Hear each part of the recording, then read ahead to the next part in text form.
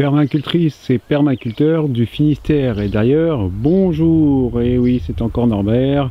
Alors cette fois-ci, c'est une petite vidéo, et ben c'est une suite. Vous étiez très nombreux à apprécier la vidéo sur la plantation d'asperges. Apparemment, bon nombre de personnes, bon nombre d'entre vous ne connaissaient pas la technique de plantation et se demandaient s'ils pouvaient faire des asperges. Et ben, ça l'a fait un mois tout pile que nous avons planté les asperges au jardin de Carana.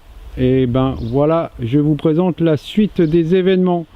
Hier, en me promenant, ben, je pensais pas que ça irait si vite et j'ai eu des surprises et je vais vous montrer ça. Donc en fait, j'avais planté 10 griffes d'asperges, si vous vous rappelez bien, dans un endroit où il y avait avant des panais, et je vous montre ce qu'il est advenu un mois après de ces griffes d'asperges. Donc il y a eu 5 griffes plantées, c'est celle-ci, plantées directement, laisser le terrain nu. Je pensais planter des salades ou des choses comme ça, mais j'ai pas eu trop le temps. Et vous voyez, ben il y a des restes de panais qui sont en train de pousser, ils s'en donnent à cœur joie. Donc les premières planches, c'est de la terre est nue. Et la deuxième planche que voici avec les tuteurs, c'est sous du foin. Un petit clin d'œil à Didier du potager du paresseux. Donc alors les asperges, que sont-elles devenues un mois après? Ben j'ai eu la bonne surprise. Regardez, si on zoome un petit peu, qu'est-ce qui nous apparaît ici? Eh ben une première pousse d'asperges. Et ben oui. Nous sommes là pour vous dire le 28 avril, et le 28 avril, les premières pousses d'asperges ont pointé le bout de leur nez. Bon, je pense que ça fait un peu plus de temps, mais je viens pas les voir tous les jours, hein, les asperges. Je pensais pas que ça irait aussi vite. Hop, on passe à celle d'à côté, et qu'est-ce qu'il y a à celle d'à côté? On suit le tuteur. Hop, et ben, elle est bien là, juste au centre de la vidéo, juste au centre de la vidéo. Si on va voir la troisième, et ben on va la découvrir aussi. Et oui, la voilà, la petite asperge. Et comme ça, ainsi de suite. Regardez, ici, il faut vraiment les voir, hein, parce que les couleurs sont vraiment, c'est vraiment pastel. Donc il faut faire très attention quand on bouge ce qu'il y a autour, si jamais on a besoin de le bouger, parce que c'est vraiment des pousses qui sont très frêles, très frêles. Hop, on va voir la cinquième, plantée sous terre simple. Et ben, hop, elle est juste là. Et oui, elle est là, juste au centre là. Donc c'est pas mal du tout, hein. Un mois après, ben, je pensais pas que ça irait aussi vite, hein. Franchement, première fois que je les plante, première fois que j'essaye ça, et ben je suis assez content. Et au niveau du foin, qu'est-ce qui se passe? Et ben au niveau du foin, ben je vais vous avouer, c'est la même chose. Regardez, hop, elles sont un tout petit peu plus petites, ma foi. Hop, juste au bas du tuteur, je vais mettre mon doigt. Hop, ici, là, voilà, là il y a une pousse d'asperge. La prochaine, celle-là, il y avait une quantité de foin un peu plus grande, donc j'ose pas trop toucher, parce que vu comme elles sont frêles, ces pousses, ben j'ose pas trop les toucher, mais je crois qu'il y en a une, j'ai cru en voir une tout à l'heure. Ici c'est la même chose, et qu'est-ce qui se passe? Regardez, regardez, regardez, juste à côté de la feuille, qu'est-ce qui se passe? Ici, là, vous avez une petite pousse d'asperge, juste là, une petite pousse d'asperge. Ici, c'est la même chose, c'est la même chose. Regardez, ici, là, une petite pousse d'asperge. Eh ben, je vous avoue que je suis vachement content. Je suis vachement content. Et la quatrième, alors elle, je pense que elle a eu des conditions hyper favorables, ou alors la griffe était bien meilleure. Et regardez un peu ce qu'elle nous a fait. On voit la nécessité du tuteur après pour, voyez un peu, elle est là, on la voit bien ici, le bouton floral, la tige qui descend, et elle commence à s'enrouler au niveau du tuteur.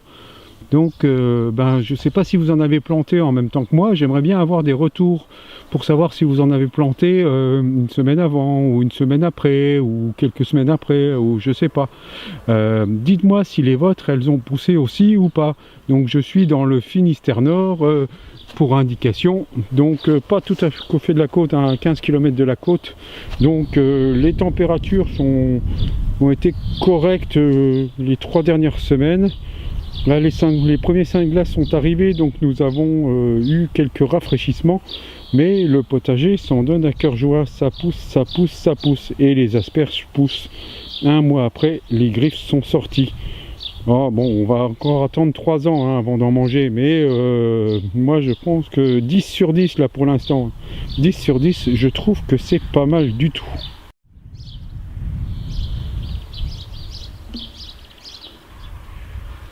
Changeons de registre, les fruitiers maintenant, les fruitiers, un petit tour sur les fruitiers, comme on est dans le jardin, on va faire un petit tour, hein.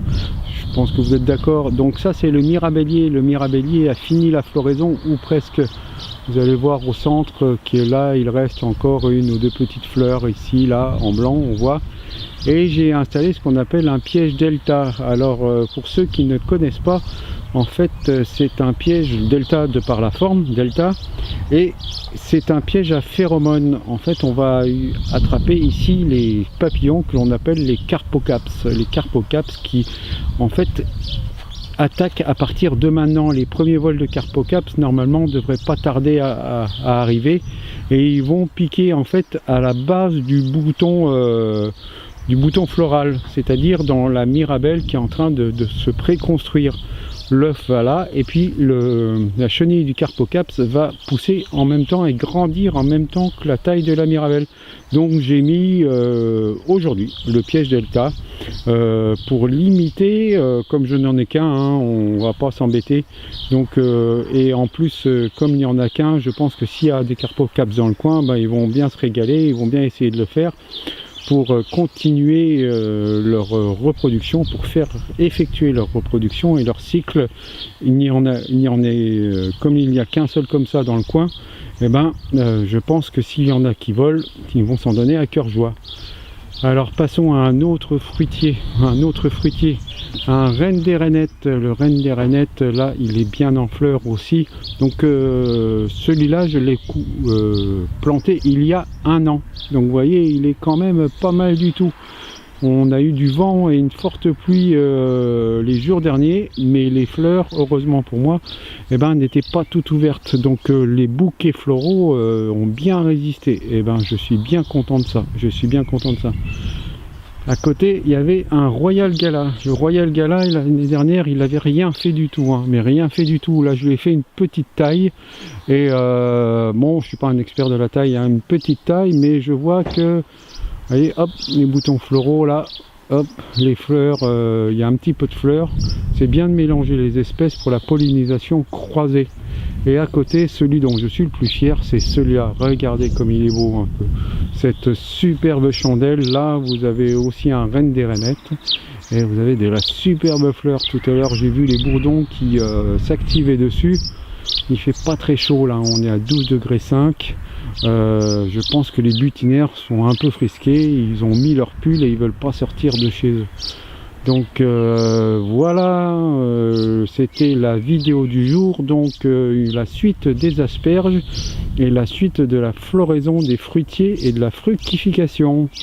Je vous remercie beaucoup de regarder cette vidéo, de continuer à me suivre sur permaculture-finistère, Facebook, Overblog et Tipeee. Et je vous dis à la prochaine. Au revoir les permaculteurs.